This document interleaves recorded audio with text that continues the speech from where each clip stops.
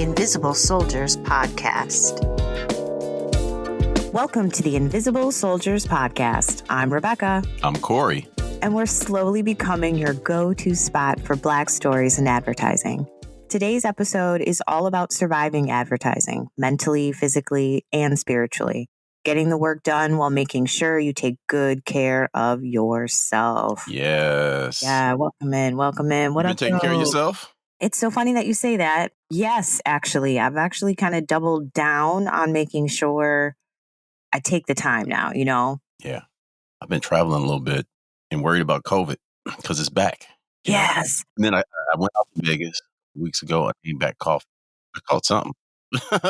Yeah, it's out here. I was sick a few weeks ago, and I just keep hearing people either whether they're coming from shoots or vacation, but usually it's like when they get back in, somebody caught something for sure. Yeah, I don't think I had COVID, but the allergies have been really bad. Air quality here has been awful. I suffer from hay fever and all of that stuff. So Gotta love Texas. Love Texas. you gotta love Texas, man.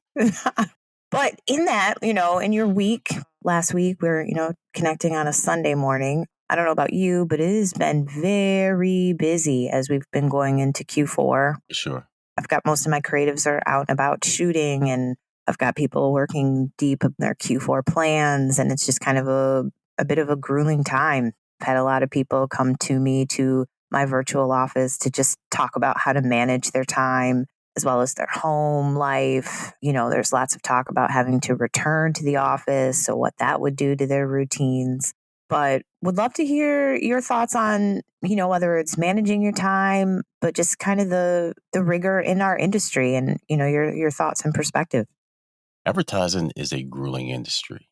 I think it's grueling because it's project-based for the most part. And when something is project-based, you work until you perfect the project. It's not about 9 to 5. It's not about, well, I got to do this thing. Like, you literally work until, like, every day you go in and you crank, and you just keep chipping away at this project. And that project could be 6 weeks. It could be 3 or 4 months. It could be 6 months. But that's a lot of time to put into something. And I just think that as things heat up, there's this opportunity to start to let things like physical health go. Usually when you run out of time, you don't eat as well. You start grabbing whatever around you. Also, as you start working a little bit more later nights, you don't sleep as well because you're just constantly thinking about things. I get into this mode sometimes where I'm working in my head. Their deadlines, their expectations, this job performance anxiety about, am I doing well enough? Am I not doing it well enough? Thinking about your team, thinking about all of these things. I think it can create a lot of stress that if you aren't paying attention to, can slowly start to snowball against you.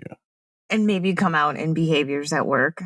The tried and true caricature of an executive creative director, a chief creative officer is, work being terrible, being ripped off the walls, thrown in trash cans, and a chair being thrown across the room. And, and I'm not being hyperbolic. Like, that's actually a story. You're not.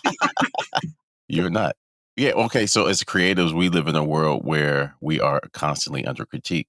That takes a toll on you. Like when 90% of the time somebody thinks you're wrong, whether it's your direct boss, whether it's somebody on the account team, whether it's the client, whoever it is, your partner sometime, that constant nothing's right. I'm never good enough. Like always trying to please people, always trying to make people happy. Once again, it's something that over a period of time takes a toll.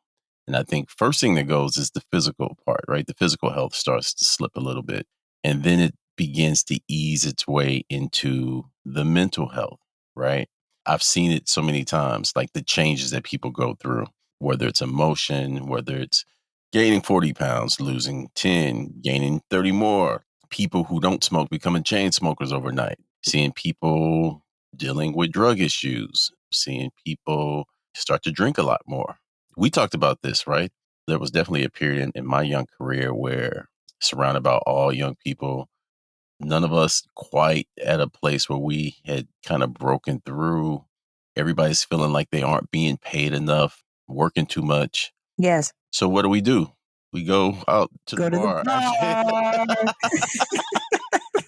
Go to the limelight. Let's go to the bar and forget about all of this, and then you start repeating it, multiple times a week, and you look up, it's like, wait, what's happening? What's happening to me? The other perk when times are good, but it can be bad when times are bad, is when you're in advertising, people are always offering you free food, free Yeah. drinks, Yeah. free something, right? Yeah. And you got to be careful of the free whatever. That can create problems for sure. Yeah. And the traveling. And, I never, that's a huge aha, to be honest with you. Because, I lived on the account side for a while and then moving into HR and recruiting. I forgot about or even considered what it must feel like as a creative to constantly being critiqued. And every conversation is a critique about your output. How do you, thinking about like you early on, first copywriter job to now, Mhm. at some of the most senior level, how do you manage that feedback and take what you need to be able to move the work and throw away the rest and not make it feel about yourself? Like, how do you manage that? For me, and this is going to sound totally counterintuitive, but for me, the thing that clicked is I realized that this is a job you live. This isn't a job that you go to and work 9 to 5 and then you come home. It's a job you live. And the minute that clicked in for me, I relaxed, because now when I got an email at 8 o'clock at night with somebody wanting a response, I wasn't huffing and puffing. I was like, this is the job. When I got a text message on the weekend saying, need you to come in, I wasn't throwing shoes across the room. I was just like, it's part of the job, right? When an idea I've been working on for 4 months suddenly dies, maybe as I'm about to get on the plane, I'm not freaking out because I've already accepted this is part of the job. So for me, that was the big light bulb moment, is just to accept I'm working abnormal hours. Things aren't going to go right a lot of the time, and to just kind of accept it and adjust. And that's kind of been the thing I live by now. I just accept and adjust. Accept and adjust and maybe balance your time. It's so brilliant because the other challenge that I'm seeing is in the junior level staff, whether I'm hiring entry level or like 2 or 3 years in, they all have an expectation that the work should bend to them. Like, I don't know if you watch, like, I'm not a TikTok user, but my daughter is. So, Mhm. sometimes she'll send me funny things, but like, there's a whole thread around this idea of a soft life or Oh, soft yeah, yeah, work, yeah, yeah, yeah, yeah. right? Yeah, yeah. And like, to your very point, I just accept that I'm going to get an email at 8 o'clock at night and that's just the job, right? I'm trying to figure out how to explain to them that, yes, this is the industry. Like, we used to stay so late and pizza was fine. Like, Yeah. I saw a meme the other day that it was like, work 60 hours and management only gives you pizza. And I remember being really hyped about getting pizza because sometimes they did not feed you if you had to stay late. Like, how do we translate? This is it.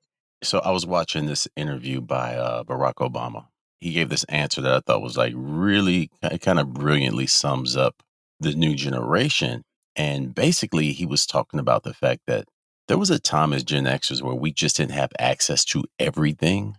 It was hard to be really, really mad at rich people because you didn't really know what they lived like. You didn't know that they rode private plane. You didn't really think about this stuff, right? Like, there was like Robin Leach lifestyles of the rich and famous, but you had these ideas in your head, but you didn't really know what rich people ate.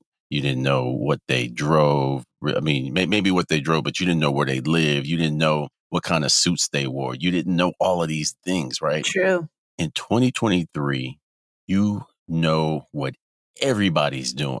And so in that world, what's right in front of you is never good enough. You're always comparing it to the best thing in the world, right? And I think that's the problem. When we were working, pizza for real, free. I don't have to go home and eat Funyuns and drink a 40 tonight. Like, word? Okay. Yeah. So I think we're way more appreciative of just being in the space. And, I think people who hired us knew that's where we were coming from. So yes, we could be controlled by pizza to stay later, to come in earlier. Now those same things don't translate because the world is different. People have seen all the other incarnations of how people are being treated, how well they're doing, how the facade of how easy it is. And Yes. so now when it's not easy and it's real and it doesn't look like a TikTok, distinguishing between real life and social media has made life very impossible for these kids. Ugh.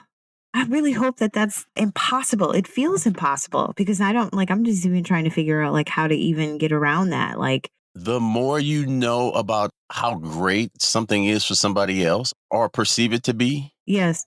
the worse your life is going to seem, right? And we Oh, just didn't have that, right? I remember there was a moment at a place I worked once, and this really called this. It just showed you, like, because the temperature changed in the department in one day. There was some printout that somebody had done. Probably, I don't know who did this, but probably getting ready for some evaluation. And there was a printout that had everybody's salary, yikes. and I didn't see it myself, but a few people saw it before it got ripped up and thrown away.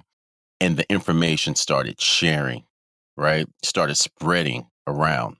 So in a department, that disparity can be huge, right? Yes. And I think where it really kicks in is when you have these people who are your lower wage workers who are bringing really, really fresh ideas because they're younger. They're working a lot of hours and they aren't making a lot of money. Yeah. In that ecosystem, you need a few of those people to kind of even out the salary structure. It's just how business works, right? But when those people find out how much the people who are at the top end, whose ideas don't seem as fresh, as tuned in, how much they're making, when you get to the point where it's not like just the kids who are fresh in from college, but the people who have been around a while who have had enough reps to actually start to become good and valuable, Yes. and they find out how much people who seem maybe long in the tooth are making, and they think they're better, the resentment that kicks in, oof, that can be dangerous. It is dangerous. It's also like in my world, especially last year too, because the laws changed. So now you have to show a range in your job posting, right? Yeah. So when we started doing that, and that was just 12 months ago, then you started hearing internally, like, if I'm looking for an art director, I'll put a range. The range factors in quite a few different data points. So obviously, what I'm currently paying somebody internally, it might include a salary range that we'll pull from like the 4As, which is like a trusted source that most advertising professionals utilize in a number of ways. I'll pull market data. I'll take a look at what other agencies are paying, but it's a pretty wide range. But what I'm also noticing is that, like, from an entry level or maybe 2 or 3 years of experience, young creative talent, strategic talent, I would even say, like, on the account side, they are so very, at least how it feels, very secure Hmm. and very confident when they're coming in. And so it's almost like when they get there, their expectation is, well, I've got all these fresh, cool ideas. I've been on social media forever. I can make your brand do all types of things. I think I'm more forward thinking than that group creative director that you have. I think you should pay me, I don't know. Like, I've had babies ask me for over $100,000. And inflation is high, but Right. like I came in this industry making like $19,000 a year. But yes, I recognize that was well over 20 years ago. But I never came in thinking that I was ready to lead. Right. So, like, Hmm. I would love to hear your perspective on, like, in all of that, coming in youthfully, but knowing what it really takes to lead a team, lead a brand, manage clients. Like, what, in addition to being a great creative, what are the other things that you're doing that they don't have yet and that they should put some years in? What's the gap that they're missing if they're not seeing what you're doing behind the scenes beyond just coming up with a great idea? Well, first of all, let's just start with the fact that when we came in, advertising seemed like the biggest show in town. Whenever I told people what I did, they stopped. They're like, really? Wow. You're in advertising. Wow. Like it was like that, right? Now with, social media, the best creative minds often never make it to our industry anymore because they have 5 million followers and they have turned social media into an income stream. Okay. So, like the best young people who are doing this stuff will never enter our industry. They won't because they've already figured out that they can create on a high level and get paid for it. Right. So I would say maybe we no longer get the top people anymore because those people are monetizing their ideas on their own. So the people we do get, the people who still have love for this industry and want to create and work, love advertising and want to do this stuff, they're coming in with the knowledge of what maybe their peers from other industries are making or entrepreneurs are making. So they're already coming in. Once again, access to all this information is changing their expectations. I just wanted to get good. I wanted to be able to, I knew when I came in as a writer, I wanted to know how to, okay, I know how to write a TV commercial. Can I write a campaign? Okay, cool. I know how to do a radio spot. Can I do all of this print work? I know how to do all this print work. What about out of home, experiential? Like you're always trying to sharpen your skills, so you could do all of it. And now I think people want to fast track it. I mean, I saw people even back in my time fast track it, building a great relationship with the boss and kind of going around the normal channels. And I've seen that happen. People going around their creative director and hanging out in the CCO's office. And next thing you know, old Jeb's a millionaire, Isn't that crazy? It's so real. The respect from the peers is not there. You can shortcut a lot of stuff, but at the end of the day, you want to be able to do it all because you're going to need all those skills at some point. You can take shortcuts up, but eventually you're going to end up in a situation where you're not well rounded enough to handle what's in front of you. Mm.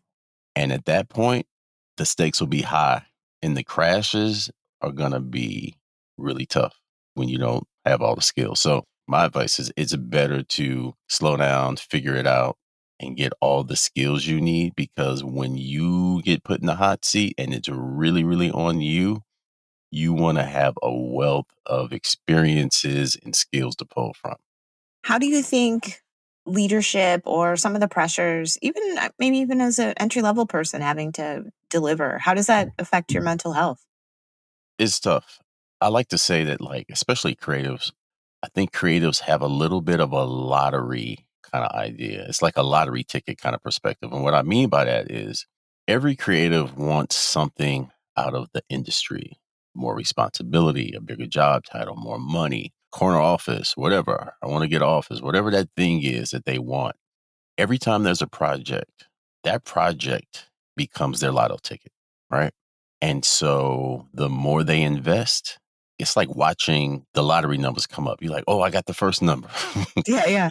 I got the second number, You go into client meetings, this thing is moving forward. You're really like, oh, if this one goes through, I might win that award. I might get that thing, and this is every creative that's ever lived has had all of these thoughts, right? And then you get to a certain point and something happens in that chain where that thing you invested in, it dies. Either it dies or it lives, but it's not what you wanted it to be. It had to change. It make it through all the comments and it's no longer the idea you're proud of, or it's no longer the idea that you thought was award worthy, or dag, this ain't gonna be the one that gets me all the respect in the world or gets me that next promotion. And when that moment happens, that realization of I just put all of that into this to just be another project, that's where your mental health gets tested because it's the hard work, it's the anticipation of something big happening, and then it's the disappointment. And then guess what? Here comes the next project. You got to do it all over again. And All over. again and again and again and again, right? So what happens to a lot of people is they get burnt out. They care up to a point where I always say it's always not good to be like a white hot flame because white hot flame is not sustainable. Right. That eternal flame is kind of like blue with a little bit of orange in it. It's like a low simmering heat. And that's really what you're trying to keep in your belly is a low simmering heat, high standards. You want it to be good, but you're never so hot that if it all goes away, that you're devastated. You never want to work yourself up to that level about anything, not any project. So those are the things that happens. But like I can tell you as a young creative, oh, you're going home and you are mad, Mad, he said. mad, like pouting, like things dying on like a Friday. You're supposed to have a director's call and it's like, oh, the client decided not to do that. What? I thought this was my one. You go through a few of those and then you start to learn how to deal with it better. It's just too heavy. It's too much. People have nervous breakdowns in our business. That's real. That's like so real. Before we started recording, I was telling you that in my world, again, we are starting to see a bit of an uptick in people requesting leaves of absences, which is different than just taking like a mental health day here or there. Like you're talking about your salary being paused for a bit and then having to tap into hopefully a benefit that you elected earlier in the year that would cover your missing dollars. But people are taking time off because what they're saying is that they are burnt out, they don't have the mental space, and then you start seeing it in their performance. And in this day and age, every agency, every industry, to be honest with you, it's so imperative that each person can do their jobs at the best of their ability. Clients want things faster, they change their minds, people are frustrated, conflicts are happening. We don't see people as often in person, so you can kind of be a jerk online.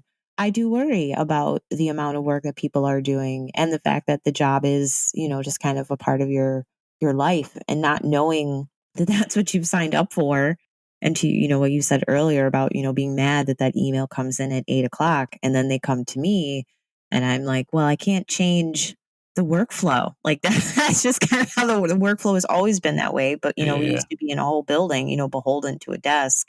But it seems like there is more of a expectation for everyone to have better boundaries, which I think we do require that, and not taking advantage of, pinging you on your vacation or things like that. What are your thoughts on boundaries and how do you manage that day to day that can take you to a breakdown? Like, how do we do it in this Yeah. modern day? I think number one is you don't want to hit the rock bottom place. That's what you want to avoid, right? You have to set in a system of guidelines that work for you.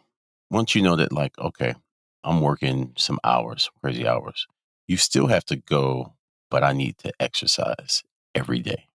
I need to exercise as a way of meditation. I need to exercise as a way to move my body, as a way to just free my mind and escape a little bit. That might mean waking up a little earlier. Best thing I discovered, I ran track in college. But because I ran track in college, there was a period of time when the last thing I wanted to do was exercise. I felt like I died given Right. everything, right? So I was like, I don't want to do nothing.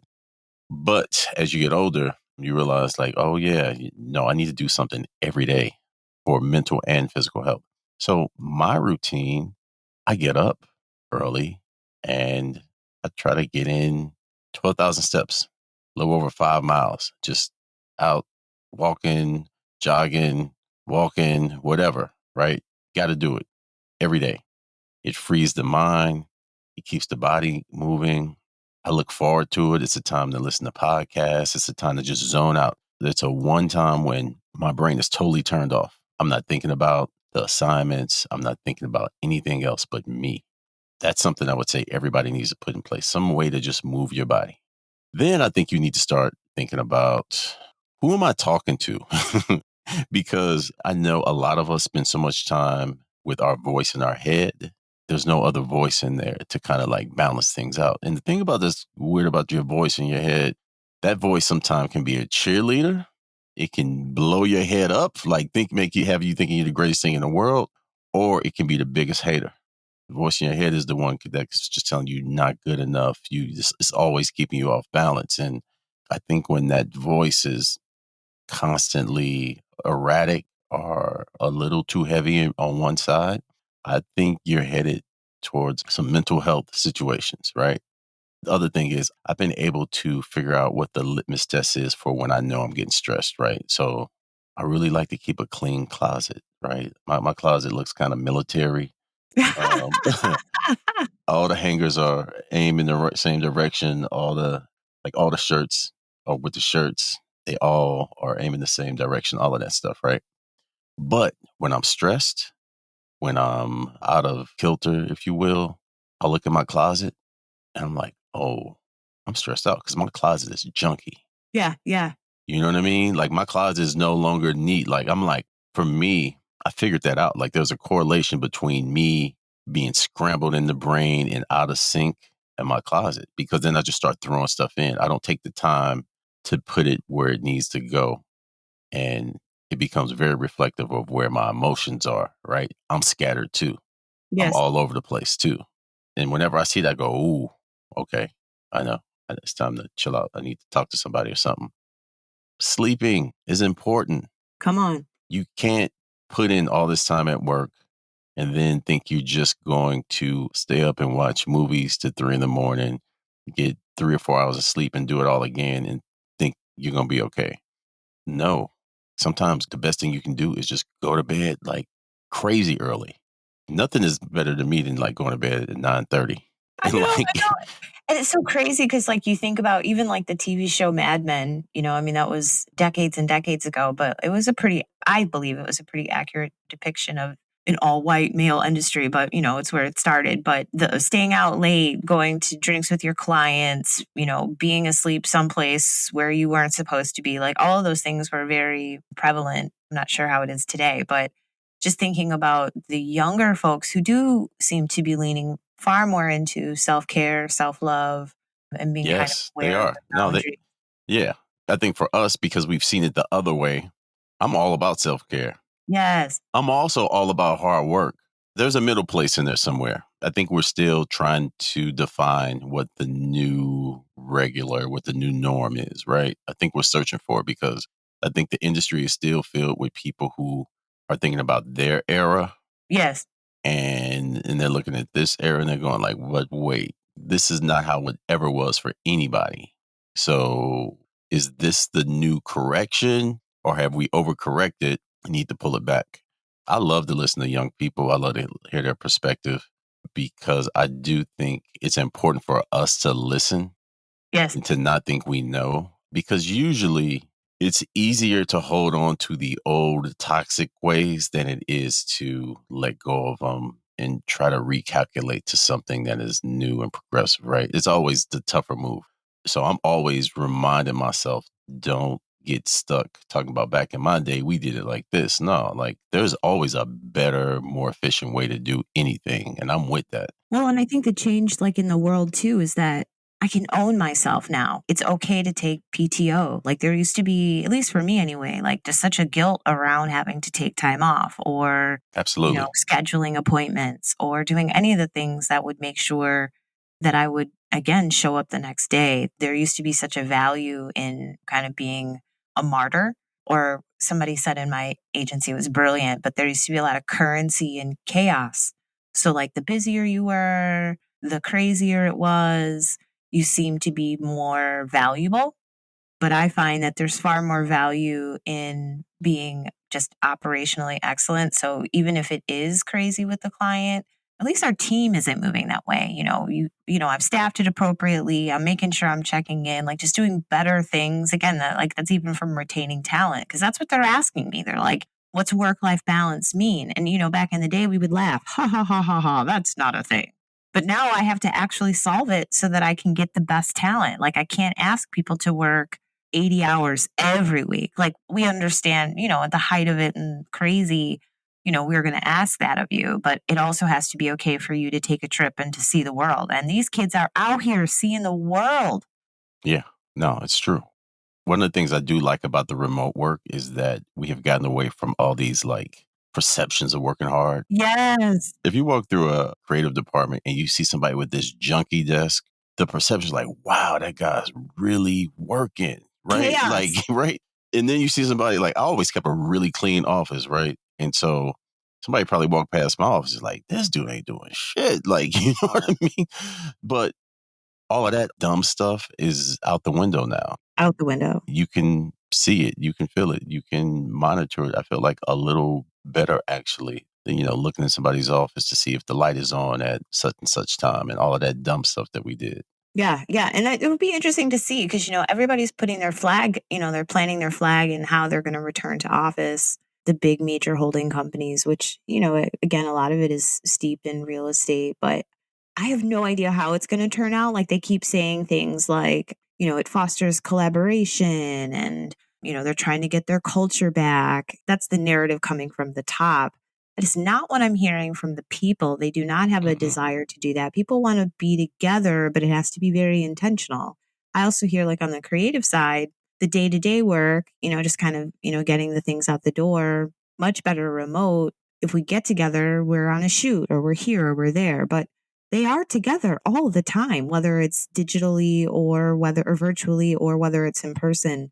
Not to put you on the spot, but I'd love to hear your point of view on creative collaboration and the perceived we got to go back to the office. Well, when we were in the office, we were always trying to get out of the office to go create. I mean, it's just the truth. Two creatives get together. They go, "Hey, let's go somewhere out of here and hang out and work."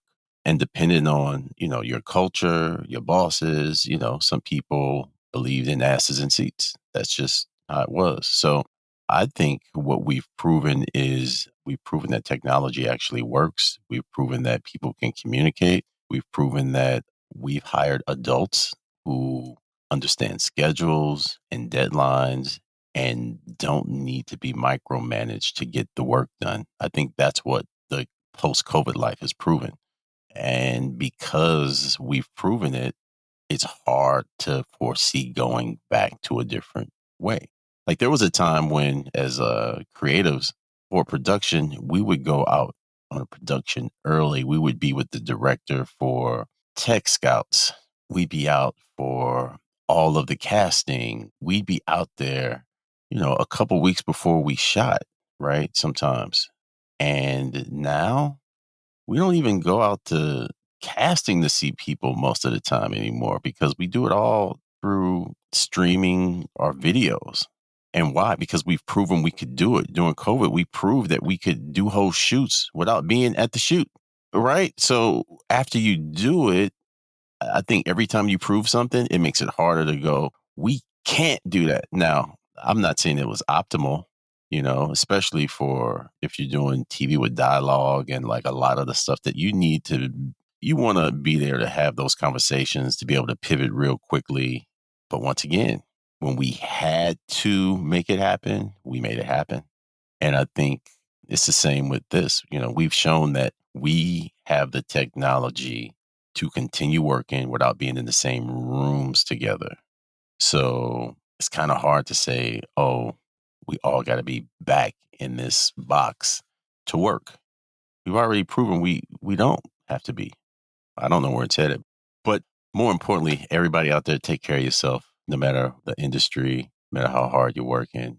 Don't be afraid to talk to people, professional people. Don't be afraid to talk to friends. There's so many services even talking about, being in this virtual world.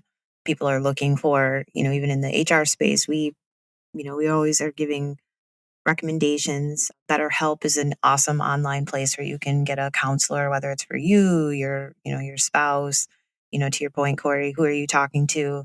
If it's just a voice in your head, you might want to, lean in or reach out, to make sure that you are being able to deal with all the things that are happening. There's just so much happening right now. Mentorship too. Find mentors. Mentors. And then, we talk a little bit about, spiritual and religion and, the universe, and that's different for everyone. But, again, places where I tap in, to keep myself grounded and also finding like-minded people who are spiritual and religious has also been really helpful for me in my career too. Absolutely. For sure. I think we covered it all. Anything else from you? No, we just live another day. We're going to go into another week of production and advertising. It's all, look, this thing is about survival.